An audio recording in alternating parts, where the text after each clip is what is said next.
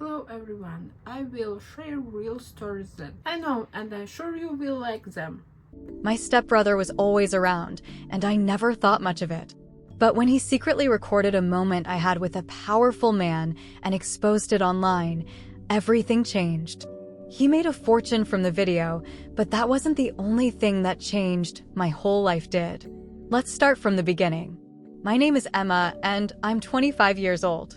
I married my husband, Derek, when I was 22. At first, everything was perfect. Derek was successful, ambitious, and he was everything I had ever wanted in a partner.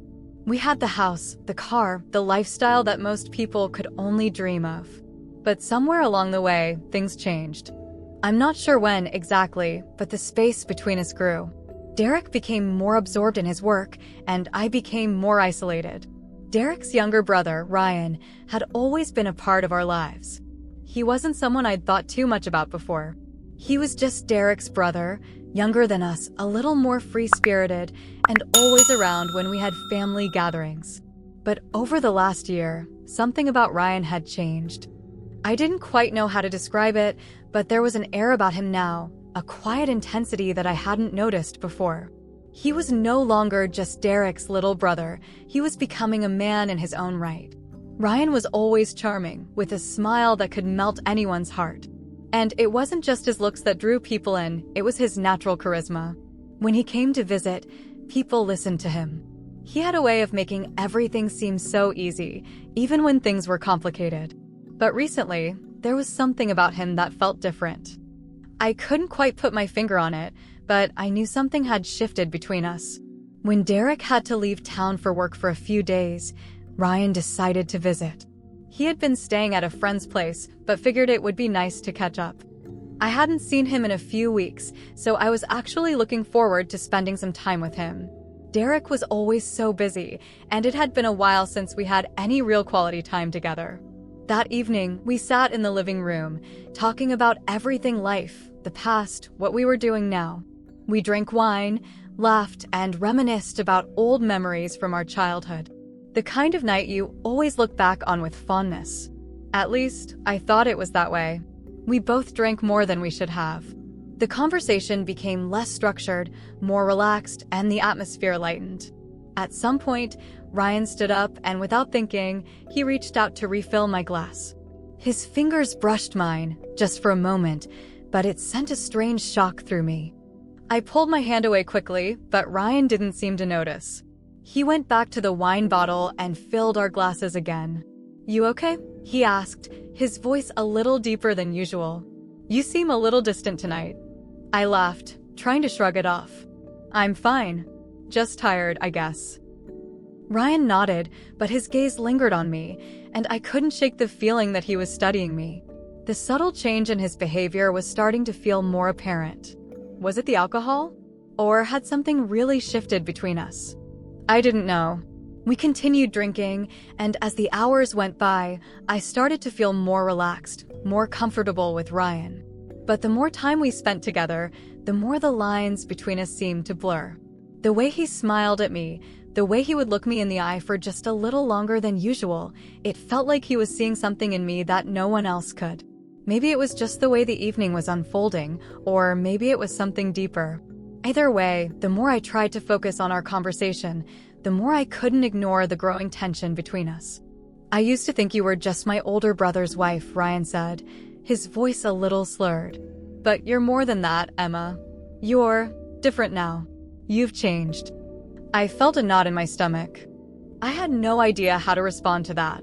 I had always thought of Ryan as a family member, someone I could trust, someone who was just part of the package. But now, his words hung in the air, making everything feel heavier. "What do you mean?"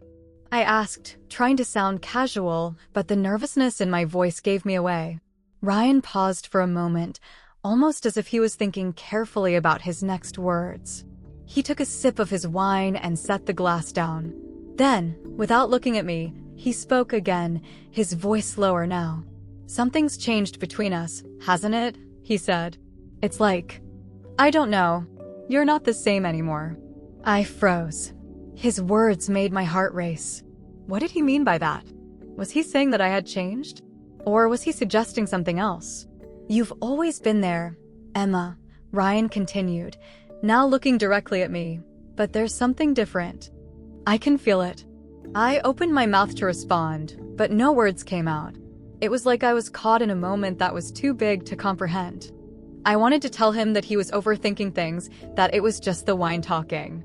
But I couldn't ignore the way he was looking at me. His eyes were intense, as if he were searching for something in me. I could feel my pulse quicken. I think you're right, I finally said, my voice quieter than usual.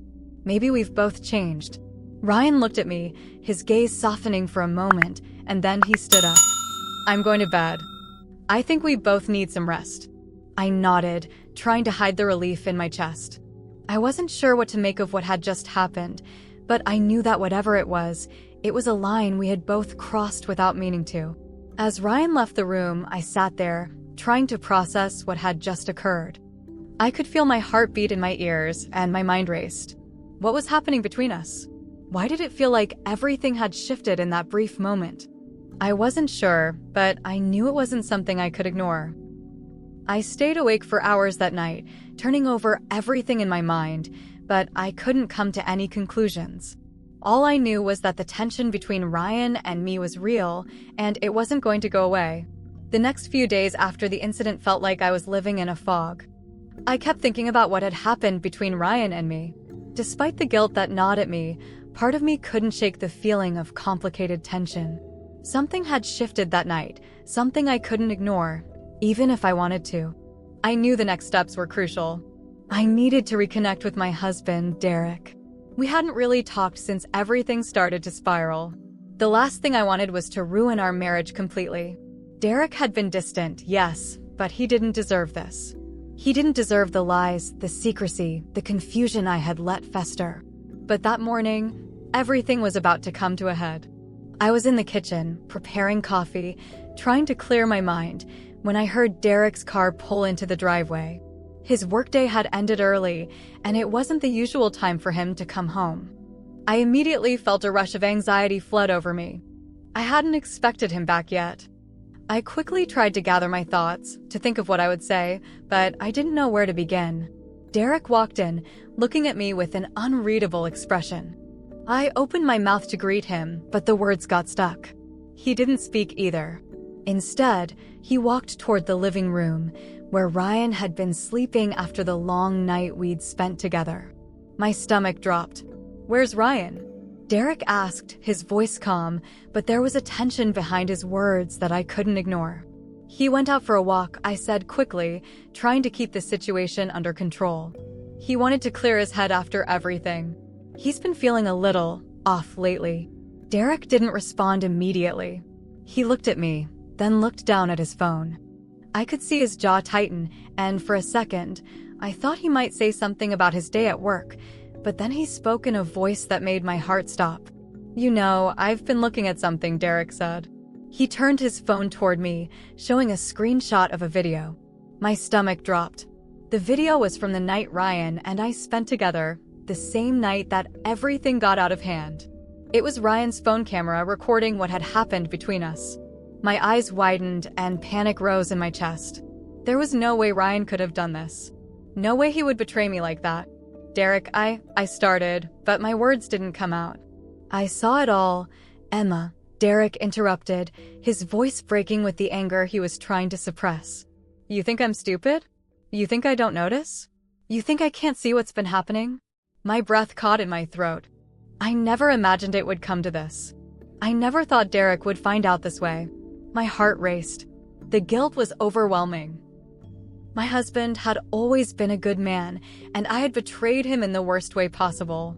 He sat down on the couch, staring at me.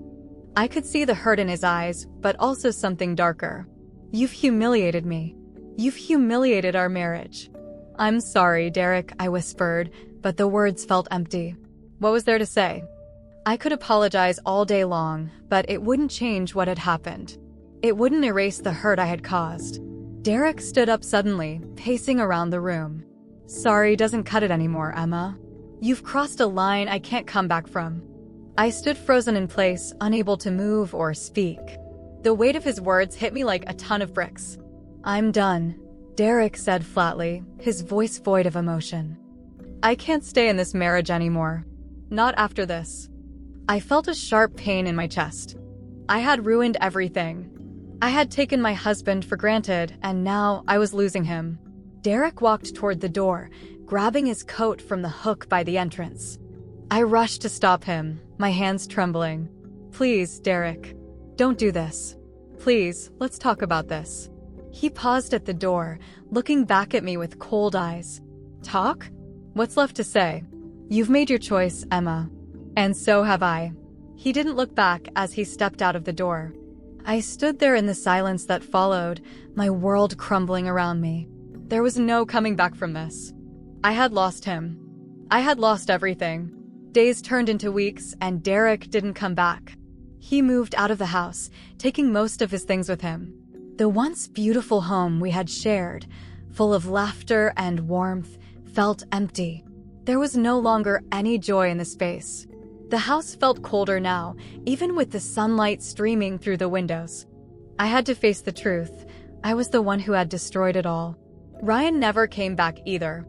He left for another city, claiming he needed a fresh start.